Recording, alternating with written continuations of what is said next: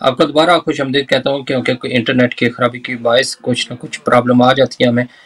जहाँ जदीद टेक्नोलॉजी का फ़ायदा है, वहाँ थोड़ी सी प्रॉब्लम भी फेस करनी पड़ती है। तो मेरा ख्याल है मोहम्मद अली साहब गुफ्तगू कर रहे थे और उनका थोड़ा मेरा ख्याल है लेट है, अभी तक दोबारा ज्वाइन करेंगे वो हमें, तो फिर उनसे बात करते हैं। आप बात कर रहे थे जो जो एग्रीमेंट इस हुकूमत ने साइन किया है, पीछे जितनी भी गवर्नमेंट्स आई हैं उन्होंने इस तरफ तवज्जो क्यों नहीं दी? इस बारे में तो मैं कुछ ख़ास अर्ज़ नहीं कर सकूँगा कि पिछली गवर्नमेंट्स ने क्यों तवज्जो नहीं दी, मगर मैं समझता हूँ कि इस गवर्नमेंट के अंदर जो एप्रिसिएशन बनती है, वो इनको लाज़मी तौर पे हमें एक्सेप्ट करना चाहिए। ये जो रिसेंटली मैंने एक खबर मेरी नज़र से गुज़री जो कि फवाद चौधरी साहब के हवाले से थी कि मिनिस्ट्री ऑफ टेक्नोलॉजी और जो इनकी मिनिस्ट्री ऑफ साइंस है, इन्होंने एक एमओयू जो है वो इंट्रोड्यूस करवाया है, जिसके अंदर जो पाकिस्तानी कार मेकर्स हैं उन्होंने एश्योर किया है कि हम कुछ चीज़ें एज़ ए स्टैंडर्ड देंगे। मिसाल के तौर पे एयर बैग्स जो हैं वो शायद काफ़ी हद तक मिलेंगे। अगर आप लिस्ट देखें गाड़ियों की उनकी वेबसाइट्स पे जाके जो पाकिस्तानी मैन्युफैक्चरर हैं, तो गाड़ियाँ जो हैं वो 3 मिलियन, 2 मिलियन इस तरह करके प्राइस में आती हैं और मोस्टली चीज़ें जो हैं वो बेसिक मॉडल में से मिसिंग होती हैं। और 2 या 3 चीज़ें ऐसी हैं जो कि आप मिस नहीं कर सकते। नंबर 1 आप एबीएस ब्रेक्स जो हैं, एंटी लॉक ब्रेक्स जो हैं, वो बहुत ज़रूरी हैं, वो आपको स्टैंडर्ड देनी चाहिए, ताकि ब्रेकिंग सिस्टम जो है वो one of the major feature है रोड सेफ्टी के अंदर। इन केस ऑफ एक्सीडेंट और इमरजेंसी आपने ब्रेक लगानी है और अगर आपके पास आपकी गाड़ी स्किड कर जाती है किसी किसी वजह से, तो आप उसको कंट्रोल नहीं कर सकते। अब ये सिर्फ ये है कि जो अमीर आदमी है उसको एंटी ब्रेकिंग सिस्टम वो अफोर्ड करे, बाकी बंदा जो वो अफोर्ड नहीं कर सकता। दूसरे नंबर पे एयर बैग्स हैं। एयर बैग्स की सिचुएशन भी यही है कि जो बेसिक एयर बैग्स हैं वो हर एक के अंदर होने चाहिए, ताकि ज़िंदगी तो इम्पॉर्टेंट है हर उस शख्स की जो 5 लाख खर्च सकता है, जो 50 लाख खर्च सकता है। तो आप इस तरीके से मतलब ये कि उसके ऊपर अभी इन्होंने कुछ सिलसिलाकार किया है। अब ब्रिटिश जो मेकर्स हैं वो सॉरी पाकिस्तानी जो मेकर्स हैं, वो कितनी जल्दी और क्या वो अफोर्ड कर सकते हैं और प्राइस कहाँ जाएगी गाड़ी की, ये सारी चीज़ें अभी जो है वो आगे देखने वाली बात है कि गवर्नमेंट इसको इम्प्लीमेंट कैसे करवाती है। मगर अभी जो कुछ चीज़ें ऐसी हैं जो कि स्टैंडर्ड इन्होंने ले ली हैं ऑन बोर्ड, कि इसके लिए कोशिश स्टार्ट हो गई है। तो हम इस सिलसिले में इनको अप्रिशिएट करते हैं कि कोई ना कोई काम हुआ है रोड सेफ्टी के हवाले से। और उसी जगह पे काज़मी साहब, ये बहुत इंपॉर्टेंट पॉइंट मैं समझता हूँ कि जो लोकल कार मेकिंग है, उसमें से कुछ इंडस्ट्री ऐसी है, जैसे चिंगची रिक्शा, जैसे आपकी मेरी बात हो रही थी कि एक मोटरसाइकिल है, उसके पीछे एक उन्होंने लगा ली है रेडी सी, जिसके ऊपर 6 बंदे बैठ रहे हैं और कोई प्रोटेक्शन नहीं है। अगर उसको कोई बस हिट कर दे या उसको कोई और चीज़ हिट कर दे तो डायरेक्ट इम्पैक्ट जो है वो बंदे को जाता है। सिंध में आपको याद होगा, बहुत ही खतरनाक, खुदा सबको महफूज रखे, कि बस जो है वो ऑयल टैंकर से टकरा गई और पूरी बस जल गई। जी तो बिल्कुल। इस तरह के वाक़यात के बाद तो एक वाक़या ही काफ़ी होता है होश के नाखून लेने के लिए पूरी कौम को। मगर इनको ऐसे समझ लिया जाता है कि यहाँ पे छोटा-सा व्हिप्लैश हो जाए, आपको 8 महीने 9 महीने मसल पेन हो जाए तो आपको 3000 2500 पाउंड जो है वो इंश्योरेंस कंपनी देती है। वहाँ पे हुँ, इंसानी जान जो है वो चली जाए तो उसका कोई, उसकी फैमिली तबाह हो जाती है, बच्चे यतीम हो जाते हैं, तो एक हुँ। बहुत ड्रास्टिक इफ़ेक्ट होता है। तो ये मेरी गुज़ारिशात इसके अंदर है कि हमें एक्सेप्ट करना चाहिए कि ब्रिटिश पाकिस्तानी गवर्नमेंट जो है वो काफ़ी हद तक वो स्टैंडर्ड्स जो कि गाड़ी के होने चाहिए, वो उसकी तरफ एक कदम इन्होंने उठाया है। मोहम्मद अली साहब, ये बताइएगा कि जब यहाँ वही कंपनियाँ यहाँ जब गाड़ियाँ देती हैं तो उनका स्टैंडर्ड और होता है, जो पाकिस्तान में देती हैं उनका और होता है, तो इसकी जिम्मेदारी किस पर है? इसमें सर देखा जाए बुनियादी तौर पे तो ये रियासत की जिम्मेदारी है और अवाम की। अवाम की जिम्मेदारी ये है कि वो एज अ प्रोटेस्ट वो गाड़ी परचेज ही ना करे। लाइक आप पाकिस्तान में अब आम गाड़ी की वैल्यू जो सी है वो 3 to 4 मिलियन जो अच्छी गाड़ी कंसिडर की जाती है अबव द एवरेज, उसमें ना तो आपके पास एयर बैग्स हैं प्रॉपरली, ना ही हुँ, आपके उसमें एबीएस ब्रेक सिस्टम है। अब हुँ, इतने पैसे खर्चने के बावजूद आपको उस गाड़ी में, उस व्हीकल में बेसिक वो नेसेसिटीज ही अवेलेबल ना हो जो कि लाइफ सेविंग है आपके लिए, जिसमें हुँ, एयर बैग है। अब मुझे अच्छे तरीके से याद है कुछ साल पहले कायरा साहब हमारे पीपल्स पार्टी के जो रहनुमा, उनके बेटे का एक्सीडेंट हो गया रोड के ऊपर और वो गाड़ी उसके पास ठीक ठाक गाड़ी थी टोयोटा करोला ब्रांड की, जिसमें एयर बैग नहीं था। अगर उसमें जी। एयर बैग होता तो डेफिनेटली उसकी जान बच सकती थी उस जवान बच्चे की, लेकिन एक ऐसी फैमिली को भी एक ऐसे लॉस का सामना करना पड़ा। सिमिलरली एबीएस ब्रेक जो कि बेसिक नेसेसिटी है गाड़ी की सिक्योरिटी के, वो ही मिसिंग है। तो आवाम को चाहिए कि ऐसी गाड़ियां ना खरीदे और अपना प्रोटेस्ट रिकॉर्ड करवाए, ना खरीद के, ना परचेज करके। और दूसरी तरफ ये रियासत की जिम्मेदारी है कि ऐसी गाड़ियां बनाने वाली कंपनी साज जो सी हैं उन्हें या तो बैन करे या उनके लिए स्ट्रिक्ट रूल्स एंड रेगुलेशंस जो उनसे हैं वो इन्फोर्स करे, सेफ्टी स्टैंडर्ड्स।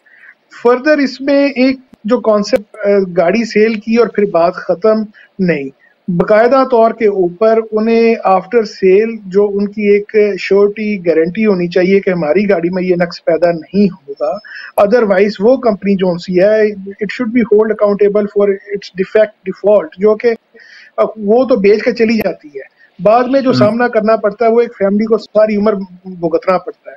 तो ये रियासत और अवाम ये दोनों की जिम्मेदारी है कि ऐसी जो गाड़ियां हैं उनका ना सिर्फ बाइकाट करे बल्कि उन्हें एक स्ट्रिक्ट टेस्ट दे so that it can be control और it can make better.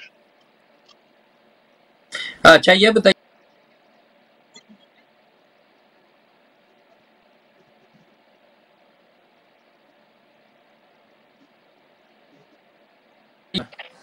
Crash हो जाता है। ये टेलीफोन पर भी लाइव लेना थोड़ा सा प्रॉब्लम इसी वजह से हो रही है। ये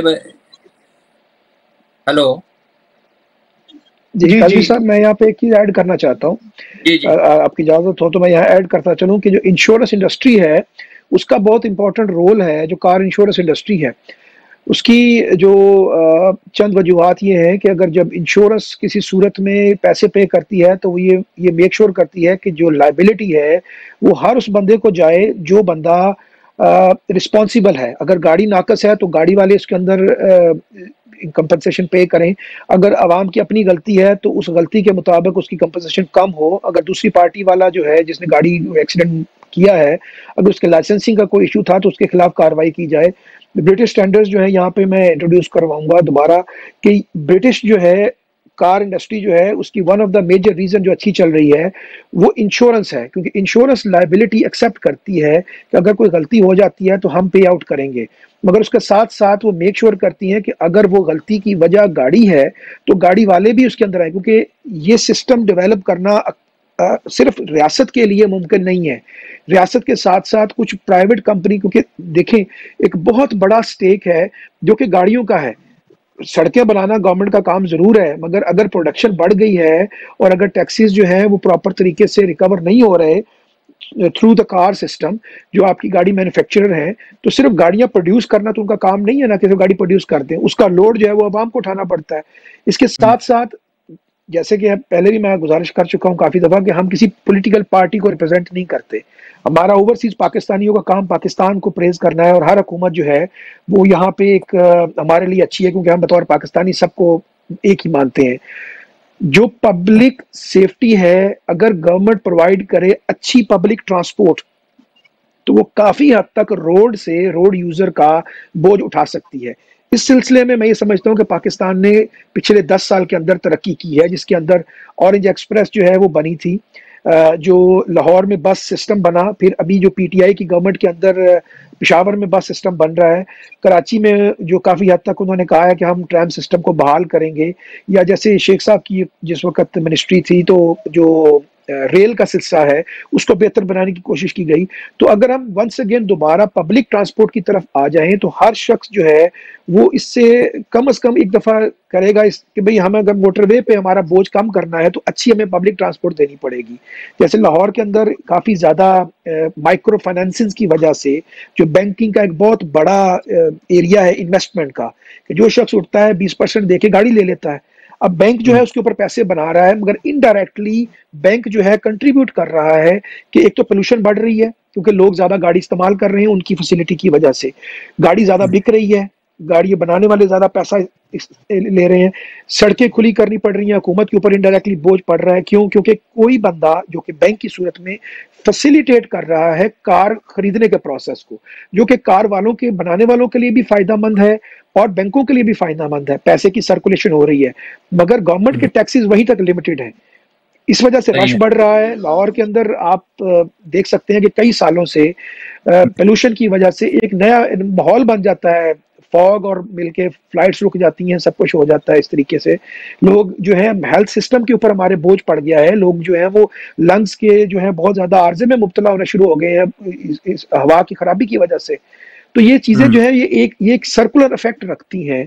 तो इसमें जो कॉरपोरेट सेक्टर है उसको लाजमी तौर पे अपनी रिस्पॉन्सिबिलिटी सही तरीके से अंजाम देनी चाहिए, क्योंकि हुकूमत पाकिस्तान एक लेवल तक काम कर सकती है, हमें रिसोर्सेज का पता है, तो सबको मिलकर इसमें काम करना चाहिए।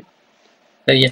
मोहम्मद अली साहब, ये बताइएगा कि यहाँ जब बरतानिया में, थोड़ी सी मैं मिसाल देता हूँ, तो आप पाकिस्तान के हवाले से बताइए कि ये चीज़ें हैं या नहीं है। सबसे पहले जब यहाँ ड्राइविंग टेस्ट पास करना पड़ता है तो थ्योरी पहले पास करनी पड़ती है, उसके बाद प्रैक्टिकली ट्रेनिंग करके फिर प्रैक्टिकल टेस्ट पास करते हैं, उसके बाद लाइसेंस जारी होता है।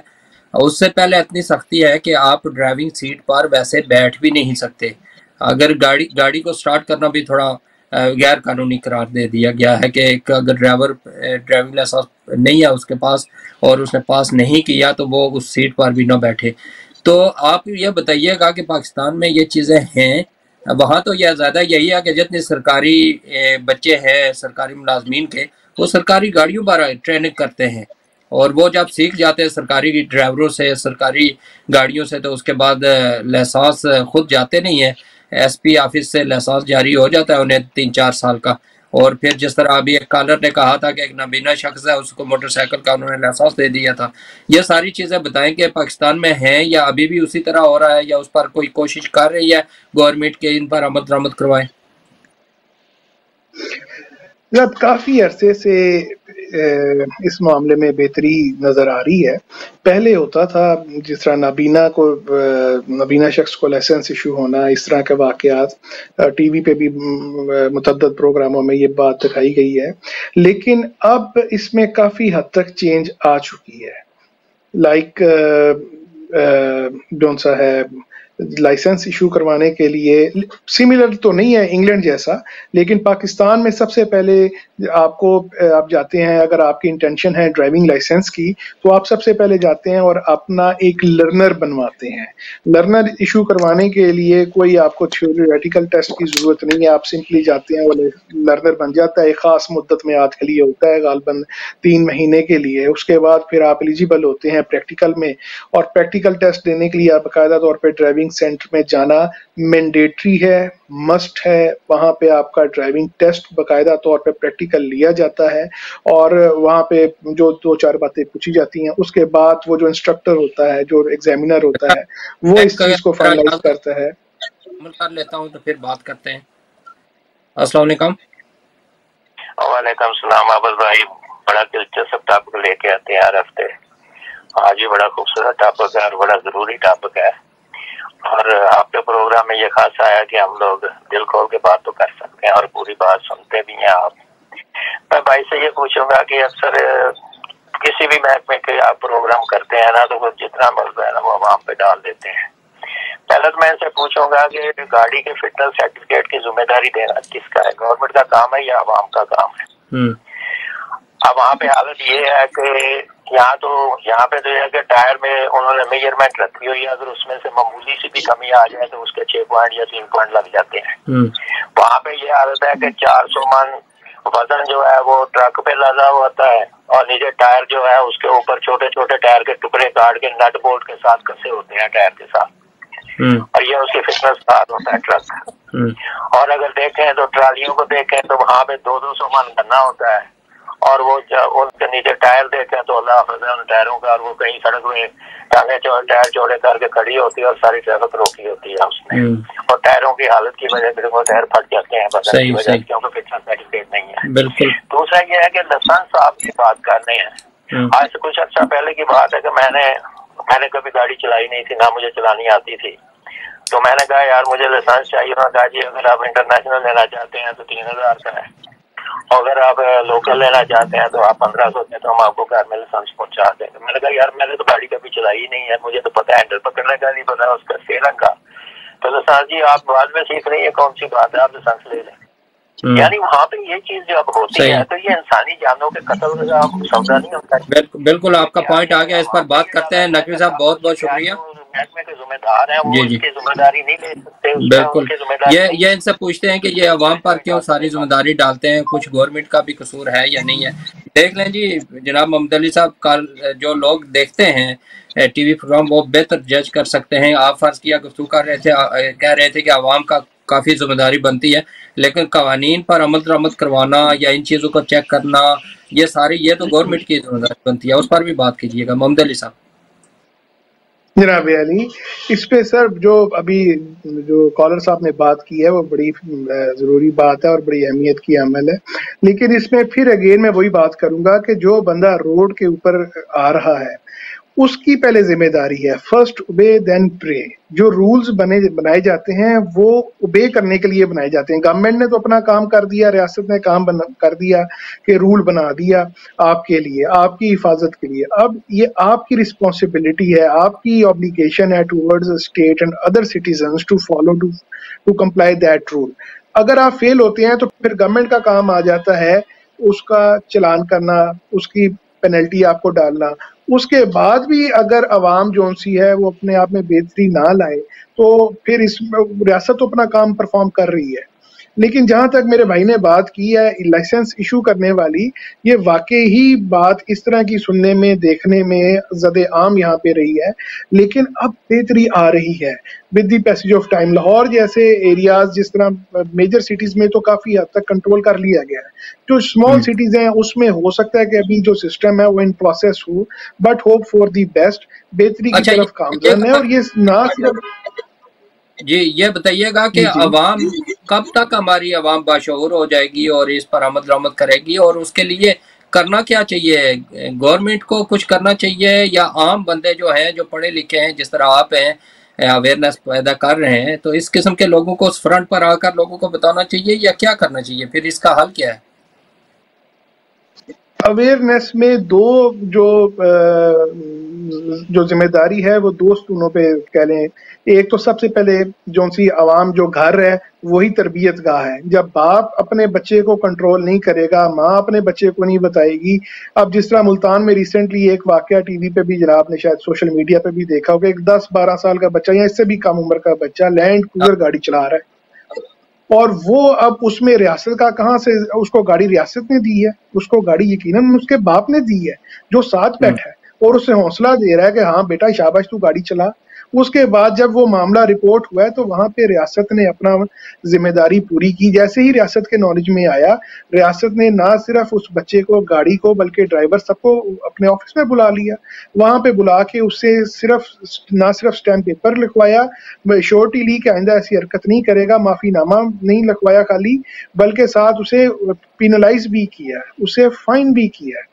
तो इसलिए पहली तरबियत गाह तो हमारी घर है, जहाँ पे हमारे बड़ों की जिम्मेदारी है, हमारे उस्तादा की जिम्मेदारी है, हमारे जो स्कूल हैं, एजुकेशनल इंस्टीट्यूशंस हैं। साथ ही साथ अवाम की जो तरबियत करना वो सरकार की, रियासत की जिम्मेदारी है। मुझे अच्छे तरीके से याद है जब मोटरवे नई नई बनी थी हमारे मुल्क में, तो बाकायदा तौर के ऊपर एक टीवी ऐड आता था जिसमें बताया जाता था अवेयरनेस देने के लिए कि मोटरवे पे जाने से पहले आप अपने गाड़ी की हवाएं चेक करें, इशारे चेक करें, शीशे चेक करें, और फिर आप मोटरवे पे जाएं। और मोटरवे पे आपने गाड़ी किस तरह चलानी है, फास्ट लेन क्या है, स्लो लेन क्या है, मिडल लेन क्या है, हर चीज को एक्सप्लेन किया जाता था। वो भी एक बिग सोर्स फॉर अवेयरनेस है। तो अवाम की जिम्मेदारी भी है अपनी खुद करना, सेल्फ अवेयरनेस, और इसमें रियासत की, दोनों की जो जिम्मेदारी है वो अहम है, लेकिन दोनों को अपना रोल अपनी अपनी जगह प्ले करना पड़ेगा। ये बताइएगा कि वहाँ ड्राइविंग टेस्ट के लिए या ड्राइविंग एजुकेशन के लिए कोई स्कूल्स वगैरह या इस किस्म के अदारे हैं, कायम हैं? मुतअद्दिद अदारे हैं, हर गली मोहल्ले में तकरीबन अदारा है जहाँ पे ड्राइविंग सेंटर, स्कूल बने हैं, वो बाकायदा तौर पे ट्रेनिंग देते हैं। लेकिन जैसे कि जनाब ने अभी कुछ देर पहले फरमाया कि वो प्रेफरेंस जो दी जाती है वो बड़े भाई को या वाला साहब को या घर के ड्राइवर को ही दी जाती है, वो प्रोफेशनली जाके उससे वो ट्रेनिंग लेना पसंद नहीं किया जाता हमारे माशरे में, वो अनफॉर्चुनेटली। हालांकि वो खुद ही घर की बाइक चलाई, जिसके घर बाइक है, इवन के जो हमारे जो अगर ट्रांसपोर्ट को कैटेगराइज किया जाए तो उसमें 3 तरह की मेन ट्रैफिक आ जाती है। एक तो डोमेस्टिक आ जाती है, एक कमर्शियल आ जाती है, कमर्शियल में फर्दर लॉजिस्टिक या दूसरी जो ट्रांसपोर्ट आ जाती है, पब्लिक ट्रांसपोर्ट, और एक नॉन मैकेनिकल आ जाती है जिसमें गधा गाड़ियां वगैरह और ये इस तरह की चीजें। जहां तक कमर्शियल जो ट्रांसपोर्ट है, उनके जो ड्राइवर हजरात हैं अनफॉर्चुनेटली वो भी फुली ट्रेंड नहीं होते, वो भी लाइसेंस किसी ना किसी तरीके से हासिल कर लेते हैं, जिस तरह अभी हमारे भाई ने गोशगुजार किया। तो इन सारी चीजों को काबू करने के लिए, इन मसाइल का हल ढूंढने के लिए सबसे पहले जो शर्त है वो हमारी जिम्मेदारी है। रियासत जो सी है वो हमसे अलग नहीं है, रियासत हमारे बगैर मुकम्मल थोड़ी होती है। हम और रियासत एक ही, मतलब रियासत अवाम रियासत का एक अहम जुज है। इसके लिए तो गुजारिश ये है कि इसके लिए जिम्मेदार शहरी का होना और तभी माशरा बहुत जरूरी है। आप बिल्कुल सबसे मैं उमर बिन यामीन साहब की तरफ चलूंगा, आपकी तरफ आता हूँ। काफी देर से आप खामोश बैठे हैं। इनसे सिर्फ एक चीज क्लियर करनी है कि जिस तरह यहाँ बाकायदा तौर पर गाड़ी की हर साल MOT होती है, उसकी हर चीज चेक की जाती है, उसमें क्या वहां भी इस तरह का सिस्टम है गाड़ियों का बाकायदा तौर पर? देखिए, अनफॉर्चुनेटली ऐसा कोई चीज हमें प्रैक्टिकल नजर नहीं आती, ना कोई MOT करवाने की इधर जरूरत है, ना ही कोई पूछा जाता है, ना ही कोई कानूनी ऐसी रिक्वायरमेंट है। जहां तक इंग्लैंड का ताल्लुक है, यूके में हमने खुद देखा है कि चाहे डोमेस्टिक गाड़ी है या वो कमर्शियल है, किसी भी कैटेगरी में आती है, ये उसकी ऑब्लिगेशन है, ये उसकी लीगल ड्यूटी है कि उसने MOT करवानी है। अगर वो MOT उसके पास प्रॉपर नहीं है, वो पास नहीं है MOT, तो आपके पास जो आपके पुलिस है उसके पास ये सिस्टम मौजूद है कि वो चेक कर लेते हैं और उसको रोक लेते हैं, और बाकायदा तौर पर उसे पॉइंट सिस्टम आपका जो भी उसे फॉलो किया जाता है। बट अनफॉर्चुनेटली पाकिस्तान में ऐसा कोई सिस्टम मैकेनिज्म मौजूद ही नहीं है जिसके जरिए ये चीज की जाए। इस वक्त भी रियासत को चाहिए कि MOT को लाजमी करार दे, हमारी पुलिस के पास ये सिस्टम हो ऑनलाइन। जिस तरह चलान हो जाता है तो घर चलान आ जाता है, उसी तरीके से अगर गाड़ी किसी भी गाड़ी की, चाहे वो छोटी है बड़ी है, किसी भी कैटेगरी की है, उसकी MOT लाजमी करवाए, ताकि ना सिर्फ अपनी जान का तहफ़्फ़ुज़ हो बल्कि दूसरों की जान का भी तहफ़्फ़ुज़ किया जा सके। बिन यामीन साहब, ये बताइएगा कि आपने सारी गुफ्तगू सुनी पाकिस्तान में क्या क्या चीज़ें हैं, क्या नहीं हैं। अब आप बरतानिया में हैं तो आप ज़ाहिर पाकिस्तान के साथ भी जुड़े हुए हैं, इधर भी आते हैं उधर भी जाते हैं, और यहाँ भी आप देखते हैं कि किस तरह लोग सेफ्टी पर किस तरह गौर करते हैं, किस तरह देखते हैं, और गवर्नमेंट भी उस पर पाबंदी करवाती है। आप क्या फ़र्क महसूस करते हैं यहाँ और पाकिस्तान में? फ़र्क जो है, अवेयरनेस का फ़र्क काफ़ी ज़्यादा है।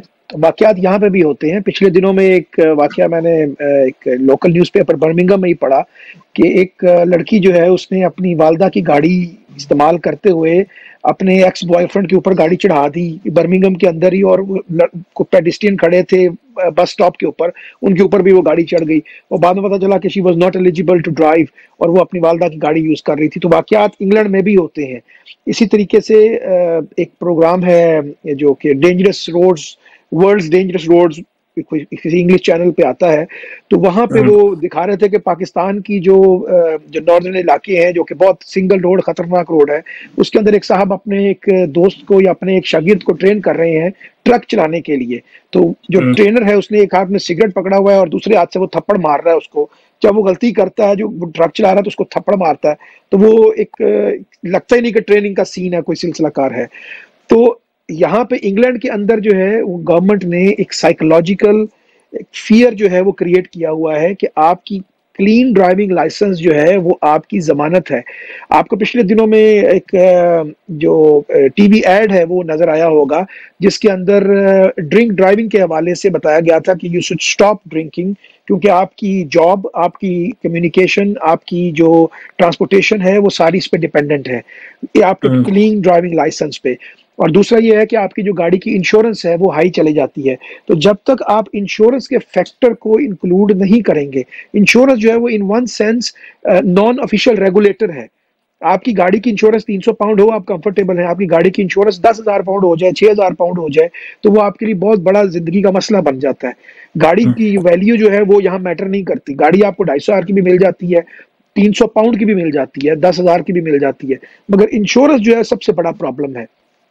और उस प्रॉब्लम की वजह से, क्योंकि इंश्योरेंस ये गारंटी करती है कि हम जिस बंदे को नुकसान पहुंचेगा इस ड्राइवर की वजह से, हम उस रोड यूजर को प्रोटेक्शन दे रहे हैं। इस इंश्योरेंस के सर्टिफिकेट कंपलसरी है इंग्लैंड के अंदर इंश्योरेंस, और इंश्योरेंस रेगुलेट करती है। तो गवर्नमेंट को पाकिस्तान के अंदर बहुत सारे इस तरह के फैक्टर इंट्रोड्यूस करवाने चाहिए। मिसाल के तौर पे मोटरवे पे चढ़ने से पहले अगर आपका जो ड्राइविंग लाइसेंस है वो चेक हो जाए, स्कैन हो जाए, आपका जो जिस तरह रोड के ऊपर आप चेक करते हैं आपके आईडी कार्ड के साथ ये लिंक हो कि whether this person is entitled to drive और नॉट, क्योंकि पाकिस्तान में आईडी कार्ड का सिस्टम बहुत खूबसूरत है, वो काफी हद तक रिलायबल सोर्स है नादरा का कार्ड जो है आपका। तो आप उसके ऊपर लिख दें कि वेदर इज एंटाइटल्ड और नॉट, उसका स्टेटस अपडेट हो जाए, वो नादरा के साथ उसको लिंक कर दें। जिस तरह आपने असले पे काबू पाया है कि आपकी ड्राइविंग की जो इन्फॉर्मेशन है वो भी उसके साथ हो, ब्लड ग्रुप की इन्फॉर्मेशन आपकी उसके साथ है। तो ये इसको इम्पोर्टेंट इसलिए लेना चाहिए कि जो शख्स 2 नंबर लाइसेंस 3,000 या 6,000 का बनवा रहा है वो अपनी जान खुद खतरे में डाल, लाजमी नहीं है कि अगला मरेगा उससे, वो खुद भी मर सकता है रोड के ऊपर चढ़े हुए, वो किसी गाड़ी के खुद सामने आ जाए। तो ये तो पैसे 3,000 दे के तो मौत लेने वाली बात है कि जनाब मैं अपनी जिंदगी का रिस्क लेना चाहता हूँ, लादा मुझे एक फेक ड्राइविंग लाइसेंस दे दे।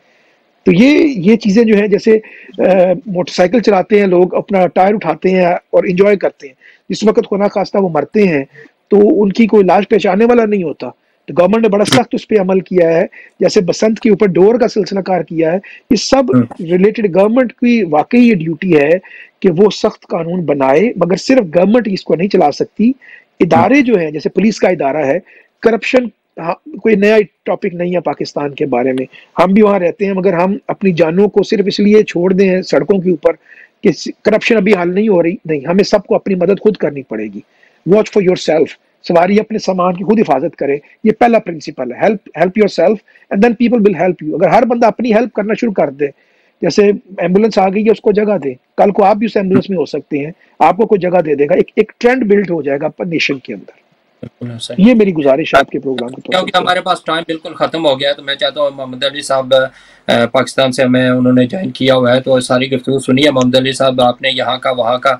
हमारा ये दरअसल टॉपिक रखने का यही मकसद था कि एक तो आवाम को अवेयरनेस पैदा हो, दूसरा गवर्नमेंट के लिए भी कुछ ऐसे पॉइंट हो कि इस तरफ तवज्जो दे, क्योंकि लोगों की जिंदगियाँ इसके साथ जुड़ी हुई हैं और उस गवर्नमेंट को भी चाहिए कि लोगों को पाबंद करें, इन चीज़ों पर अमल करें।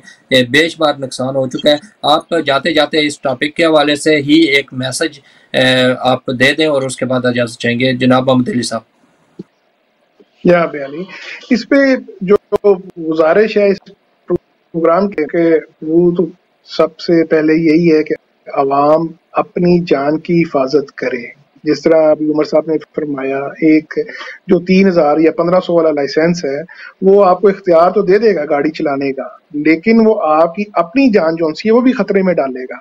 तो एक तो अपनी जान की हिफाजत करें, दूसरों की जान की हिफाजत करें, और जो गवर्नमेंट ने जो असूल बनाए हैं, जो इन्फोर्स हैं, उनको फॉलो किया जाए।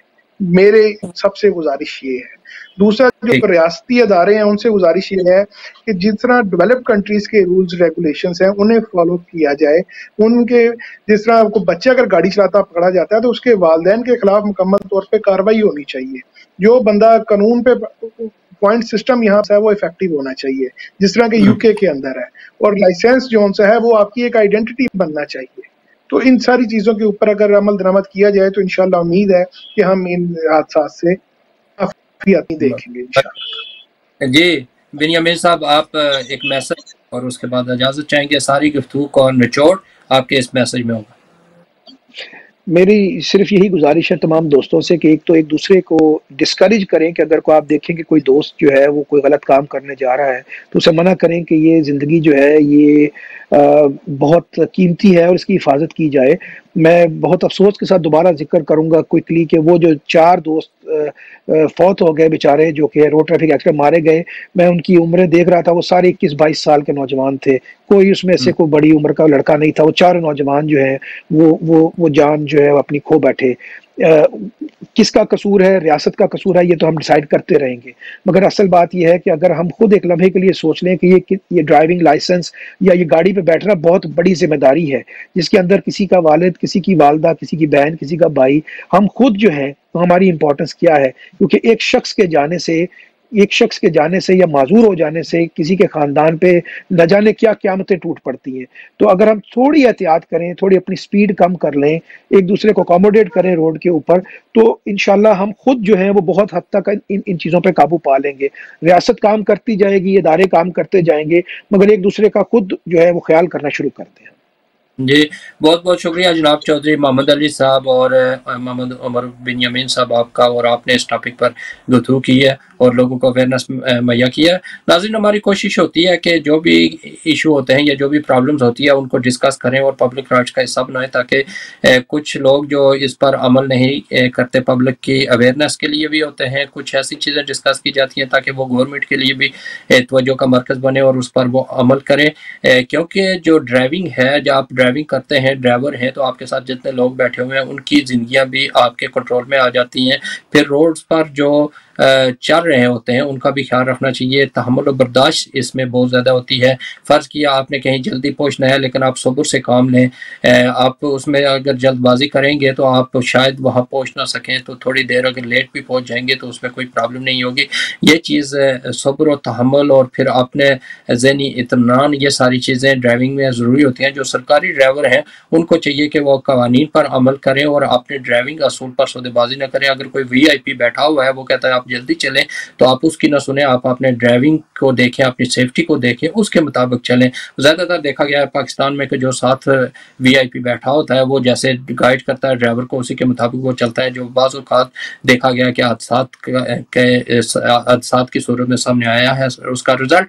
तो ये आज का टॉपिक इसी पर था। हमने देखा है पाकिस्तान में जितने भी चैनल्स हैं उस पर इस किस्म की चीज़ें और इश्यूज़ को डिस्कस नहीं किया जाता। वहाँ रेटिंग देखकर 2-3 बंदों को बुलाकर आपस में लड़ाकर अपनी रेटिंग को बढ़ाया जाता है, लेकिन ये नहीं देखा जाता कि आवाम की क्या प्रॉब्लम्स है, उनको डिस्कस करें। तो फिर हमने ये सोचा कि चलें ओवरसीज़ पाकिस्तानी इस चीज़ को लेते हैं और जो छोटी मोटी प्रॉब्लम्स है उसको डिस्कस करते हैं और ये चीज़ें उन लोगों तक पहुँचे ताकि वहाँ भी कोई इस किस्म की चीज़ों को हाईलाइट करे, ताकि गवर्नमेंट इस पर तवज्जो दे।